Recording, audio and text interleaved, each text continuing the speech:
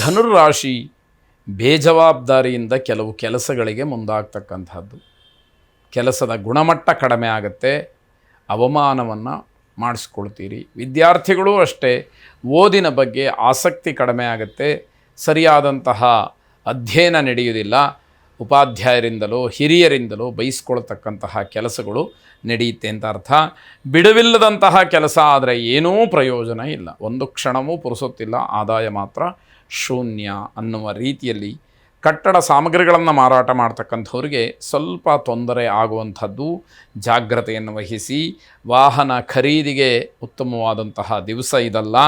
ನೀಲಿ ಬಣ್ಣದ ಬಟ್ಟೆಯನ್ನು ಧಾರಣೆ ಮಾಡಿ, ಅದು ನಿಮಗೆ ಸ್ವಲ್ಪ ಅನುಕೂಲಕ್ಕೆ ಮಾರ್ಗವಾಗುತ್ತೆ.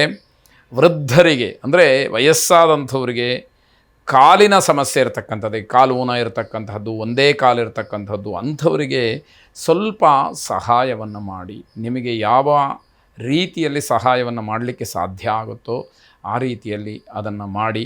ಅವರಿಗೆ ಹಣವೋ ಇಲ್ಲ ವಸ್ತ್ರವೋ ಆಹಾರವೋ ಯಾವುದು ಸಾಧ್ಯವೋ ಅದನ್ನು ಮಾಡಿ, ಸ್ವಲ್ಪ ಪುಣ್ಯ ಸಂಚಯವನ್ನು ಮಾಡಿ. ಶುಭವಾಗಿ. ಮಕರ ರಾಶಿ, ದೂರದ ಬಂಧುಗಳು ಸ್ವಲ್ಪ ಕಿರಿಕಿರಿ ಮಾಡ್ತಾರೆ, ಅದು ಮನಸ್ಸಿನ ಮೇಲೆ ತುಂಬ ಕೆಟ್ಟ ಪರಿಣಾಮವನ್ನು ಬೀರತಕ್ಕಂಥದ್ದಾಗುತ್ತೆ. ಹಲವಾರು ದಿವಸಗಳಿಂದ ಇತ್ಯರ್ಥ ಆಗದಲೇ ಹಾಗೇ ಉಳ್ಕೊಂಡಿದ್ದಂತಹ ಯಾವುದಾದ್ರೂ ವಿಷಯಗಳು, ವಿವಾದಗಳಿದ್ದರೆ ಈ ದಿವಸ ಅದು ಇತ್ಯರ್ಥವಾಗ್ತಕ್ಕಂತಹ ಸಾಧ್ಯತೆ ಹೆಚ್ಚಾಗಿರುತ್ತೆ. ಸಾಯಂಕಾಲದ ಹೊತ್ತಿಗೆ ಅಶುಭವಾದಂತಹ ಸೂಚನೆ.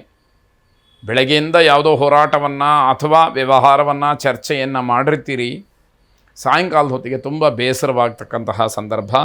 ಸ್ವಾಭಾವಿಕವಾಗಿದ್ದರೆ ಶುಭ ಇದೆ, ಯಾವುದೇ ರೀತಿಯ ನಾಟಕೀಯವಾದಂತಹ ಬದಲಾವಣೆಗಳು ಬೆಳವಣಿಗೆಗಳು ಬೇಡ ಅಂತ ಅರ್ಥ. ಧಾರ್ಮಿಕ ಕರ್ಮಾಚರಣೆಗೆ ಮನಸ್ಸು ಮಾಡ್ತೀರಿ, ಪೂಜೆ ಪುನಸ್ಕಾರ ಮಾಡಬೇಕು, ಜಪ ಹೋಮಾದಿಗಳನ್ನು ಮಾಡಿಸ್ಬೇಕು, ಯಾವುದೋ ಪುಣ್ಯಕ್ಷೇತ್ರಕ್ಕೆ ಹೋಗಿ ಬರಬೇಕು, ದೇವರ ದರ್ಶನ ಮಾಡಬೇಕು, ಹೀಗೆಲ್ಲ ಆಲೋಚನೆಗಳು ಮನಸ್ಸಿನಲ್ಲಿ ಬರೋದಕ್ಕೆ ಸಾಧ್ಯತೆಗಳು ಇದೆ. ಕುಟುಂಬದಲ್ಲಿ ಮನಸ್ಸಿಗೆ ಸಮಾಧಾನವಾಗ್ತಕ್ಕಂತಹ ವಾತಾವರಣ ಬರಬೇಕು ಅಂತ ಹೇಳಿ ನಿಮ್ಮ ಪ್ರಯತ್ನಗಳು ನಡೆಯುವಂಥದ್ದಿದೆ. ಶರಭೇಶ್ವರನನ್ನು ಪ್ರಾರ್ಥನೆ ಮಾಡಿ. ಶುಭವಾಗಿ. ಕುಂಭರಾಶಿ, ವೈದ್ಯಕೀಯ ವಿದ್ಯಾರ್ಥಿಗಳಿಗೆ, ವೈದ್ಯರಿಗೆ ಅನುಕೂಲವಾಗ್ತಕ್ಕಂತಹ ದಿವಸ ಇದು. ನೌಕರಿಯಲ್ಲಿ ಅಥವಾ ವೃತ್ತಿಯಲ್ಲಿ ಎಲ್ಲೂ ಕೂಡ ನಿಮಗೆ ಯಾವುದೇ ಅಸಹಕಾರ ಅನ್ನುವಂಥದ್ದು ಇರೋದಿಲ್ಲ, ಎಲ್ಲರೂ ಕೂಡ ಸಹಕರಿಸ್ತಾರೆ. ಅದರಿಂದ ನಿಮ್ಮ ಕೆಲಸಕ್ಕೆ ಒಂದಷ್ಟು ಅನುಕೂಲವಾಗ್ತಕ್ಕಂತಹ ಸಾಧ್ಯತೆ ಹೆಚ್ಚಾಗಿದೆ. ಸರ್ಕಾರಿ ನೌಕರರಿಗೆ ಮುಂದಿನ ದಿನಮಾನದಲ್ಲಿ ಬಡ್ತಿ ಸಿಕ್ಕತ್ತೆ ಎನ್ನುವಂತಹ ಸೂಚನೆ, ಇದು ಸ್ವಾಭಾವಿಕವಾಗಿ ಸಂತೋಷವಾಗುವಂಥದ್ದು. ಸ್ನೇಹಿತರು ಸಂಬಂಧಿಕರು ಎಲ್ಲರೂ ಕೂಡ ನಿಮ್ಮನ್ನು ಅಭಿನಂದಿಸ್ತಕ್ಕಂತಹ ದಿವಸ. ಹಣದ ಲಾಭ ಜೊತೆಗೆ ಗೌರವ, ಈ ಎರಡೂ ಕೂಡ ನಿಮಗೆ ಏಕಕಾಲದಲ್ಲಿ ಸಿಕ್ಕುತ್ತೆ. ಲಾಭ ಸಿಕ್ಕಿದರೆ ಕೆಲವರಿಗೆ ಅನುಮಾನ ಬರುತ್ತೆ, ಗೌರವವೂ ಸಿಕ್ಕಿದಾಗ ಆ ಅನುಮಾನ ಸ್ವಲ್ಪ ದೂರವಾಗುತ್ತೆ ಎನ್ನುವ ಅರ್ಥ. ಸುಬ್ರಹ್ಮಣ್ಯ ಸ್ವಾಮಿಯನ್ನು ವಿಶೇಷವಾಗಿ ಪ್ರಾರ್ಥನೆ ಮಾಡಿ. ಶುಭವಾಗಿ. ಕೊನೆಯದಾಗಿ ಮೀನರಾಶಿ, ಯಾರಿಗೆ ಬುದ್ಧಿವಂತಿಕೆ ಜಾಣ್ಮೆ ಇದೆಯೋ ಅವರು ತಮ್ಮ ಪಾಲಿಗೆ ಬಂದಂತಹ ಕೆಲಸವನ್ನು ಮಾಡಿ ಜಯಶೀಲರಾಗ್ತಕ್ಕಂತಹ ಯೋಗ. ನಿಮ್ಮನ್ನು ನೀವು ಪರಿಪೂರ್ಣವಾಗಿ ನಿಮ್ಮ ಕೆಲಸದಲ್ಲಿ ತೊಡಗಿಸ್ಕೊಳ್ಬೇಕು, ಆಗ ಮಾತ್ರ ಸಾಧನೆಗೆ ಅವಕಾಶವಾಗುತ್ತೆ. ವ್ಯವಹಾರದಲ್ಲಿ ತಪ್ಪು ನಿರ್ಧಾರಗಳಿಂದ ಹಿನ್ನಡೆಯನ್ನು ಅನುಭವಿಸ್ತೀರಿ. ಕಾನೂನಿನ ವಿಚಾರದಲ್ಲಿ ಜಯ ಸಿಕ್ಕತಕ್ಕಂತಹ ಸೂಚನೆಗಳಷ್ಟೇ ನಿಮ್ಮ ಪರವಾಗಿರುತ್ತೆ.